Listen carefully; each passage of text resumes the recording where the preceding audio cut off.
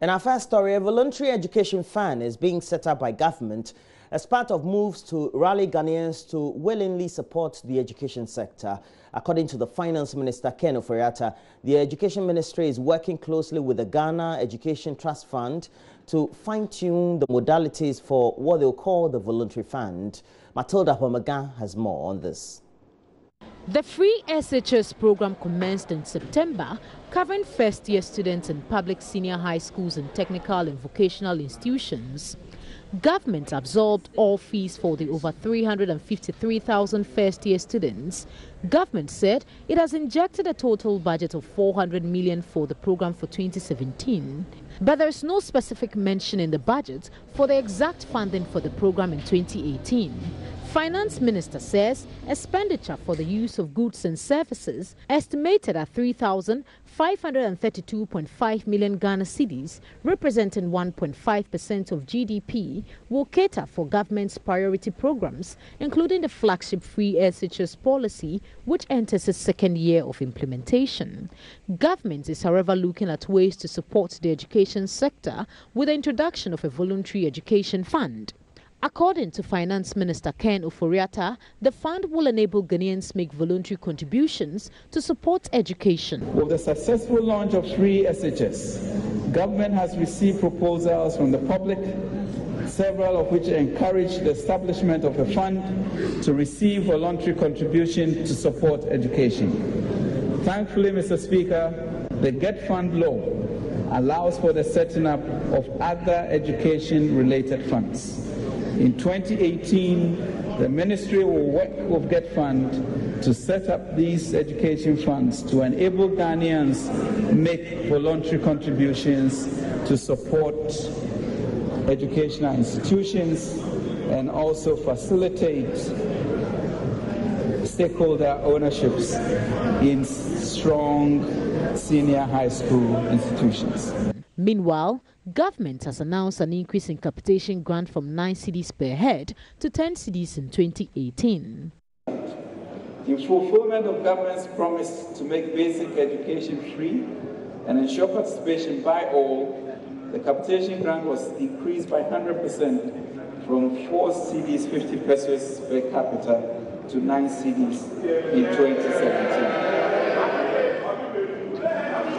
Mr. Speaker, it is worth stressing that this increase by the Akufo-Addo government was the first ever increase in the capitation grant since 2009. Meaning, in all the 8 years that our dear friends, our social democrats, were in office, I'm happy to further announce that there will be a further increase to 10 cedis in 2018 under this government. Government will also beginning next year absorb the BEC registration fees for all public senior high school students. BEC subsidy. The government absorbed 70% of the 2017 BEC registration fees as subsidies for all registered candidates in both public and private JHS. In 2018, government will absorb 100% BEC registration for registered candidates from public junior high schools.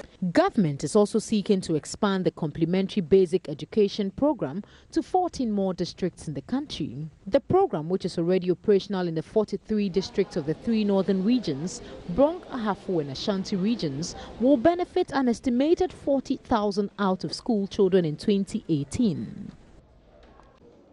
And Mr. Ken Ofori-Atta has also announced that the Office of the Special Prosecutor will from next year begin a review of alleged corrupt contracts signed by Metropolitan, Municipal and District Assemblies for necessary prosecution.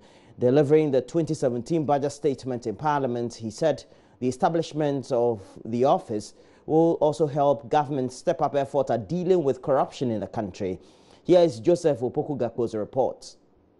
A day after Parliament passed the bill to allow for the establishment of the office, Finance Minister Ken Ofori-Atta told the House allocations have been made for it in the 2018 budget statement. Mr. Speaker, in the fight against corruption, the Office of Special Prosecutor's Bill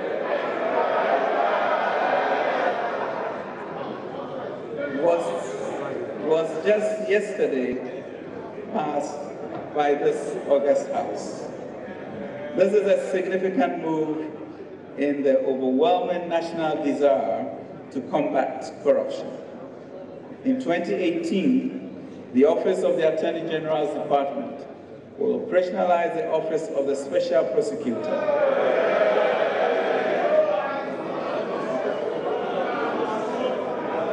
review all agreements for MDAs and MMDAs with the aim to secure successful convictions in the vast majority of cases referred to the office by the police. Indications are that it will take a while before the office begins work fully. The Attorney General is expected to nominate the Special Prosecutor. Parliament will then give approval before the President will go ahead and formally appoint him or her. Chairman of Parliament's Legal and Constitutional Affairs Committee, Ben Abdallah Banda, says the office is a game changer in the fight against corruption. As soon as his signature is appended, then it is authenticated and it becomes a law and it becomes operational. We will then be waiting for the nomination, the appointment of the Special Prosecutor and the prior approval of the Parliament of Ghana. And he or she starts his work. The office is being established to serve the people of Ghana. The office is not being established to serve only MPP. It is being established to ensure that corruption and corruption-related matters are minimized, or if not nipped in the bud completely. Well, so let's move on. Meanwhile, minority in Parliament has described as unattainable promises and programs contained in the 2018 economic and budget plan as announced by the Finance Minister. Government hopes to create more jobs for over 100,000 graduates, reduce electricity tariffs, and also roll out key interventions in the social, economic and health sectors to sustain growth. But the minority in Parliament believes the budget paints a gloomy picture of the coming year. Minority Leader Haruna Idrisu has been speaking to my colleague Elton Brobe. For the data that the Finance Minister used is suspect, if not questionable. If you are still referencing June to measure real sector growth, when you are presenting the budget for the 2018, and you make reference to July, August, September, unreliable data. We want to know the year-out 10 performance of the economy. Therefore, we are unable even to accept his debt to GDP projection of 68.5% and the real GDP growth and the contribution of the oil sector. Now, where is the economic competence? You heard the minister say that the economy has turned around. Is this a turnaround economy where unemployment is still high, inflation is still high, government is still borrowing and overcrowding the private sector? You have government himself, the Minister for Finance, on behalf of the President, say that we have a challenge in wage bill and compensation management. And he adds up 100,000 to an existing 650,000 workers. Unimaginable. And everywhere in the world, government that has political will is talking about rationalization within the public sector. But to address graduate unemployment, that is a positive step. But we cannot appreciate how that will sit into an oversized public sector that they've promised to deal with. When he himself came complaining that the wage bill was taking 20% of revenue and as a percentage of GDP.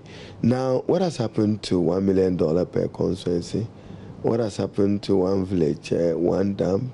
And according to them, it's a process that is ongoing, especially the one district, one factory, the one village, one dam. It's a process that they hope to complete within the first period. $1 million per constituency, not even 1 million Ghana cedis. Maybe I was talking about Zimbabwe cedis, because $1 million per constituency. I haven't received mine. I'm not sure whether your constituency have seen it. So it comes as a short list of pledges and unreliable promises as usual. And then the projection. I mean, if you have a minister say that we have provided reliable electricity, what has the new Patriotic Party government done in terms of electricity? So for the some investment, some are really questioning the statement more like taking credit for ending the doomsday. And some say that it was an unfortunate statement to come from the MP because really they didn't do much in this particular direction. You share that same thought? Yeah, I'm sure he should have said we inherited reliable electricity supply which ended doomsday. If they've added to it, I'm not aware of any investment in the sector. It's just like the growth of the economy is largely driven by the oil and gas sector. The investment in oil and gas, monumental and historical, is an NDC legacy and an NDC investment. And the ultimate beneficiary of government's plans is the average Ghanaian, and some residents of Kumasi have been sharing their opinion about government's intention to employ over 100,000 graduates from next year. It's a very nice idea that he has brought up, and it can be done since that's his vision, but we are looking for him to put it in place. We want to see it. It's not just about saying it. The interest of students pursuing university education is going down because they think that during their 4-year period or 6 years or so, I mean, there are no jobs.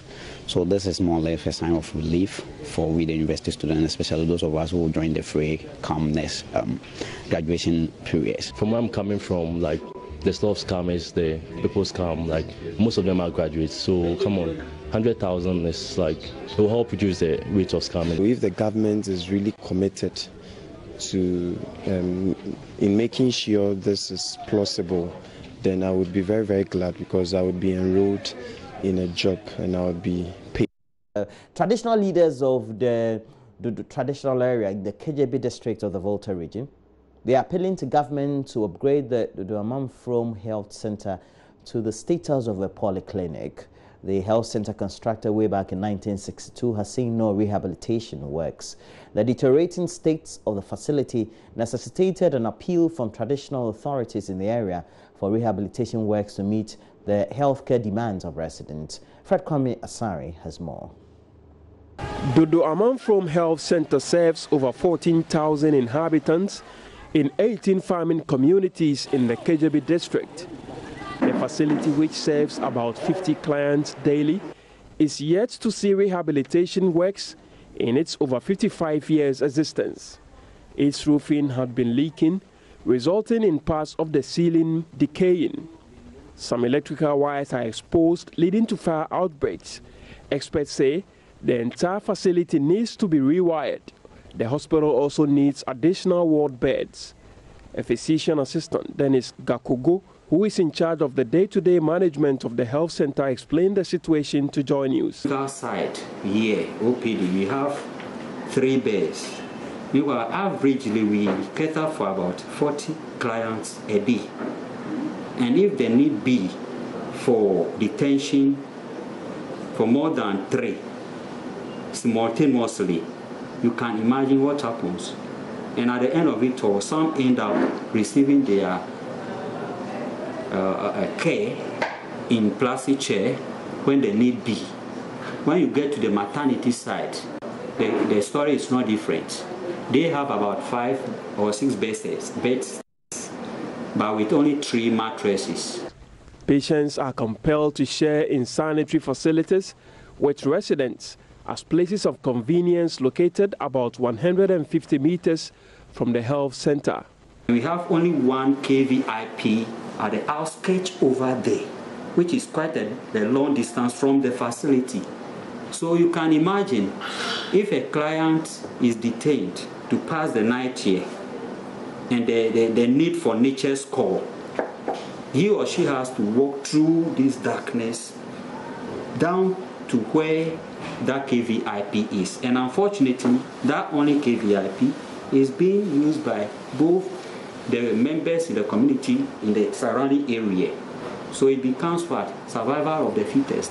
The community has, through its self-help project, commenced construction of a new sanitary facility for the health center. The paramount chief of Dodo traditional area, Dasebre Oboni Sebewe IV, is appealing for a facelift to enable it to meet the health demands of the increasing population in his area. Your health center, normally I based our health center in 1962. There are some challenges at the health center. The health center was constructed in 1962. It must be upgraded to the status of a polyclinic. We are pleading with the government to help rehabilitate the health center. We are farmers. We can't get all the needed health services here. NGOs can also help. We are pleading with them to help rehabilitate the health center for us. Residents in the area are optimistic a facelift will position the facility to satisfy their health needs. Kwame Asari's report for JoyNews. Wow. Great insights by Fred Kwame Asari with that story. And that's it for the latest news headlines we have. Well, so we have to do the latest newspaper headlines. And so we'll be looking at the various stories and also look at, well, some of the stories also published on various online portals.